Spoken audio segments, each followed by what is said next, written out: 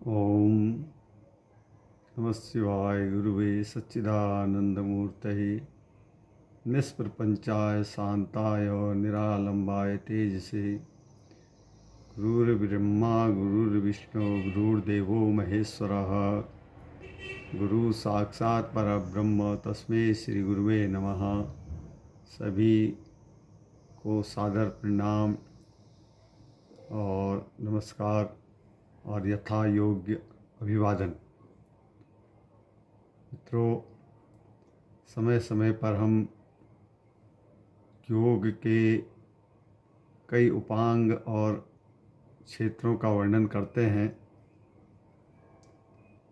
वस्तुतः योग तो अपने आप में एक विशद क्षेत्र है, जिसकी व्याख्या करते करते यदि हम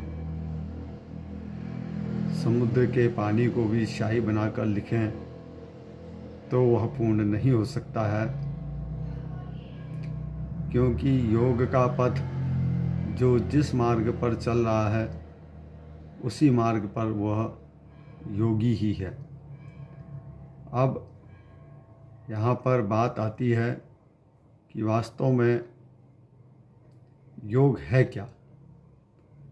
अलग अलग ग्रंथों को और अलग अलग मीमांसाओं का हम दर्शन करेंगे तो कहीं चित्त वृत्ति का निरोध करना योग कहा गया है, कहीं कार्यों को कुशलता के साथ करना योग कहा गया है, कहीं स्वयं को जानना ही योग कहा गया है, और कहीं दो वस्तुओं या प्रकृतियों के संयोग को भी योग कहा गया है। और योग का अपना सही मायनों में अर्थ है जोड़ना। अब सात्विक, राजसिक और तामसिक यह तीन प्रवृत्तियां हैं, तो जिस मार्ग पर हम बढ़ेंगे वह हमें उस ओर अग्रसर करता हुआ ले जाएगा। और योग में जल थल पावक गगन समीरा की मूल भावना है, क्योंकि यह जो हमारा शरीर है यह पंच तत्वों से ही बना है, और वह पंच तत्व हमारे संपूर्ण शरीर का निर्माण करते हैं, जिसमें पृथ्वी, पानी, अग्नि, वायु और आकाश, यह पंच तत्व हैं। अभी पंच तत्वों के भी अलग अलग क्षेत्र हैं और अलग अलग उनके कार्य हैं। इधर हम बात करें कि शरीर में यदि पंच तत्वों का हम अपने ही चक्रों में, जैसे हमारे शरीर में 7 चक्र हैं, इसमें पंच तत्वों का निर्धारण करेंगे तो वह किस प्रकार से करेंगे। तो सर्वप्रथम हम जाते हैं पृथ्वी तत्व पर। पृथ्वी तत्व हमारे मूलाधार में अर्थात गुदाद्वार के कुछ ऊपर वह पृथ्वी तत्व का द्योतक है। उसके ऊपर, उस मूलाधार से जो ऊपर थोड़ा स्थान है लिंग स्थान के पास, वह लगभग यहाँ पर उठा के यदि मैं देखें तो यह स्थान लगभग आएगा, यह हमारा मूलाधार है। और इसी प्रकार से हमारा नाभि में सबसे नीचे मूलाधार, यह स्वादिष्ठान, लिंग स्थान के पास स्वादिष्ठान चक्र आएगा। नाभि में मणिपुर या मणिपूरक जो हमारा अग्नि तत्व है, मूलाधार, स्वादिष्ठान, मणिपुर या मणिपूरक, अनाहत। अनाहत में हमारा विशुद्धि चक्र है। अनाहत और विशुद्धि, यह गले में, ये अनाहत से विशुद्धि, यह हमारा वायु का क्षेत्र है। और यहाँ पर आज्ञा चक्र है और यह सहस्त्रार है, यह हमारा आकाश है। तो कहने का तात्पर्य यह है कि जो जिस चीज़ का प्रतीक है, योग करते समय हम उसका ध्यान करें। तो इनके भी मंत्र हैं, यंग रंग लंग वंग शंग संग हंग, ऐसे करके यह मंत्र हैं। अब इन चीज़ों को जानने के लिए हमें अपने सांसों पर नियंत्रण बहुत आवश्यक है। वह ऐसे तो मात्र हम कह सकते हैं, लेकिन उसके लिए प्रैक्टिस भी बहुत ज़रूरी होती है। और सांस के दरमियान जैसे अब ईड़ा पिंगला सुषुम्ना 3 स्वर हैं। बायां सुर, यदि बायां जो हमारा यह नासिका का रंध्र है, ईड़ा है, यह पिंगला है, यह बीच में जब हमारी वायु बहती है, प्राण बहता है, तो सुषुम्ना है। अब जिस समय हम इस प्राण वायु को भीतर ले जाते हैं और कुंभक करते हैं, तो उस समय हम मंत्र के द्वारा धीरे धीरे भूः भुवः स्वः मः जनः तपः सत्यः सत्यं ऐसे करके उसको सप्त लोकों को भी उन पृथ्वी, जल, थल, अग्नि, पावक और आकाश में उनको भी महसूस करते हैं। तो अब यह इसका वर्णन ही किया जा सकता है, क्योंकि इसको जो करेगा उसका अनुभव उसको ही मिलेगा। जिस प्रकार से माना मैं मिठाई खा रहा हूँ और स्वाद आपको नहीं बता सकता हूँ कि यह मीठे का मुझे क्या अनुभूति है, इसका जो मैं स्वाद ले रहा हूँ, जो मैं भी मिठाई खा रहा हूँ, इसका क्या अनुभव, क्या आनंद मुझे मिल रहा है, वो मैं ही जान सकता हूँ। तो ऐसे ही यह योग का क्षेत्र भी है कि जो इसको करेगा उसका अनुभव उसको ही मिलेगा। अब वो किसी भी धर्मावलंब हो या किसी भी मत को मानने वाला हो, हर किसी की अपनी अपनी साधनाएं हैं और हर किसी धर्म का अपना अपना योग है। कोई ना कोई आसन हर पूजा पद्धति में है, जो भी आसन हम बैठते हैं। तो वर्तमान में जो योग की एक परिभाषा दे दी गई है कि मात्र थोड़े आसन, मतलब अपने शरीर को खींच लो, ऐसे ताड़ासन कर लो और स्कंद चालन कर लो, यह शरीर को चुस्त दुरुस्त करने के लिए बॉडी बैलेंसिंग की एक प्रक्रिया है, ना कि योग। योग तो अपने भीतर जो विराजमान है, अपने भीतर जो महाशक्ति विराजमान है, उसको उस ब्रह्मांड के साथ जोड़ना, ऊपर मतलब उसको ब्रह्मांड के साथ जोड़ना योग है। जिससे हम यह जानते हैं कि कुछ भी बाहर नहीं है, कुछ भी बाहर नहीं है, जो भी इस ब्रह्मांड में है वो सब अपने ही भीतर है, कि कामना योग है, उस शक्ति के साथ जुड़ना। अब उस शक्ति को हम जानेंगे कैसे? उस शक्ति को जानने के लिए यम, नियम, प्रत्याहार, धारणा, समाधि के चक्र को बढ़ने के लिए हमें सर्वप्रथम तो किसी योग्य गुरु की तलाश करनी होगी और उन गुरु के वचनों पर अमल करके हमें उस मार्ग पर चलना होगा। क्योंकि योग अपने आप में एक बहुत लंबी साधना भी है और बहुत छोटी भी है।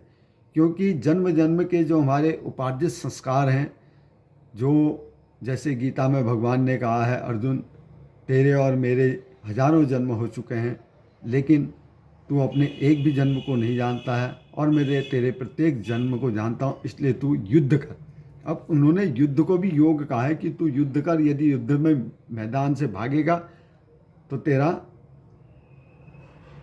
बदनाम होगा, या तुझे ना भूमि मिलेगी और तेरा बहुत लंबे समय तक बदनाम होगा कि तू युद्ध के मैदान से भागा था। तो उसी प्रकार से यह हमारी भी जो जीवन साधना है, हम इससे भागेंगे तो हमें भी कोई विशेष उसका फल नहीं मिलेगा और हम योग की तरफ बढ़ेंगे, योग के अनुसार अपने कर्मों को करेंगे, तो हमें अवश्य उस योग को जानने की शक्ति अंदर से परमात्मा देंगे।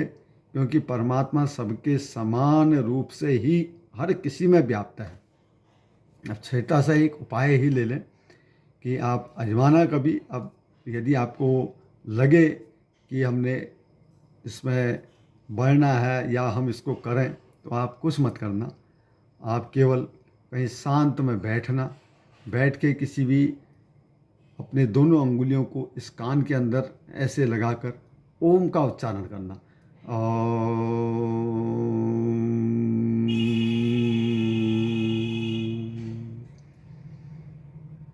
सांस को गहरे भरते हुए नाभि तक भरें, नाभि तक, कि पेट हमारा सांस भरते समय ऐसे करके बाहर आए।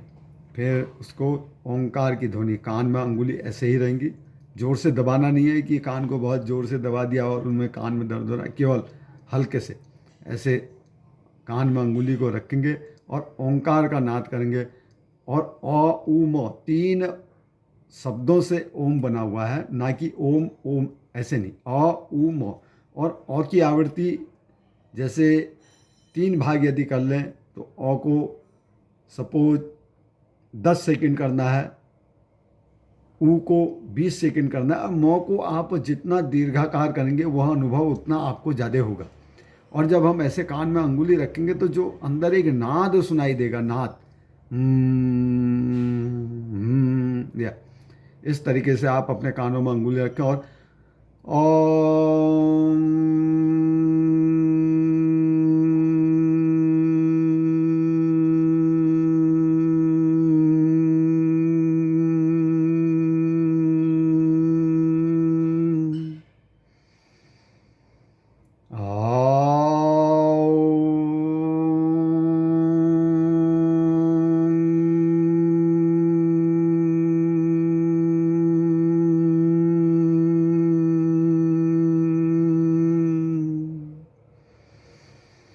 ऐसा जब करेंगे तो आपको एक विचित्र ध्वनि सुनाई देगी और आपका मन भ्रमर के गुंजन की तरह उस ध्वनि पर लगेगा। जो अंदर कान को बंद करते समय एक ध्वनि हमें महसूस होगी, वह हमें जब सुनाई देगी तो उसमें हमारे मन की एकाग्रता होगी। और एकाग्रता होने से क्या होगा, हमें तर्कशीलता मिलेगी, विवेक मिलेगा, कुछ ना कुछ नए नए विचार प्रस्फुटित होंगे। कभी कभी तो ऐसे विचार आपके सम्मुख आएंगे कि आप कल्पना भी नहीं कर सकते हैं कि सामने वाला जैसे हमारा किसी से व्यवहार होना है तो कि भाई वो तेरे को ये फ़ायदा देगा या तेरे को उससे नुकसान हो सकता है, तो आपको लगेगा नहीं, आपको लगेगा यार वो तो मेरा बड़ा परम मित्र है, कैसे नुकसान हो सकता है, मुझे तो ऐसा नहीं हो सकता। लेकिन वो होगा। क्यों? क्योंकि जिस समय आप इस मेडिटेशन को करेंगे, आप जिस समय इस ध्यान को करेंगे, उस समय जितना आप एकाग्र उसमें अंदर घुसेंगे, उतना आपकी तर्कशीलता, मतलब जो अंतःकरण है, अंतःकरण का जो गुण है, अंतःकरण उतना स्पष्ट और दूरगामी देखने वाला हो जाएगा। आप स्वयं करना, आपको बिना करे इसका अनुभव नहीं हो सकता है। अब ये नहीं कि एक ही दिन करें, क्योंकि वैसे भी योग को फलीभूत होने में या योग की साधना में, योग जो होता है 12 वर्ष की साधना है। हो सकता है आपको शीघ्र आज भी हो जाए, हो सकता है आपके जन्म जन्मांतर भी लग जाए। जैसे कर्म उपार्जित संस्कार होंगे उतना ही समय भी अवश्य लगेगा। तो जिस समय हम इसको करेंगे तो ध्यान हमारा इस आज्ञा चक्र पर हो, यह भ्रिकुटी के यहाँ पर इस जगह में ओम ओम। गहरा लंबा श्वास लेंगे। श्वास को जिस समय लेंगे तो महसूस हो वो यहाँ से होते हुए ऐसे जाके हमारे हृदय से होते हुए नाभि को जा रहा है।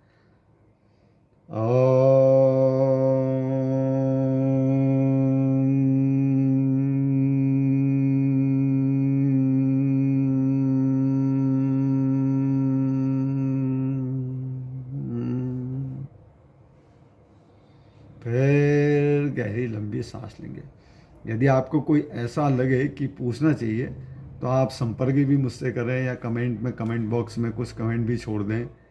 और मेरा फ़ोन नंबर है, मोबाइल नंबर है 9719592618 97 195 92 618। तो उस पर भी आप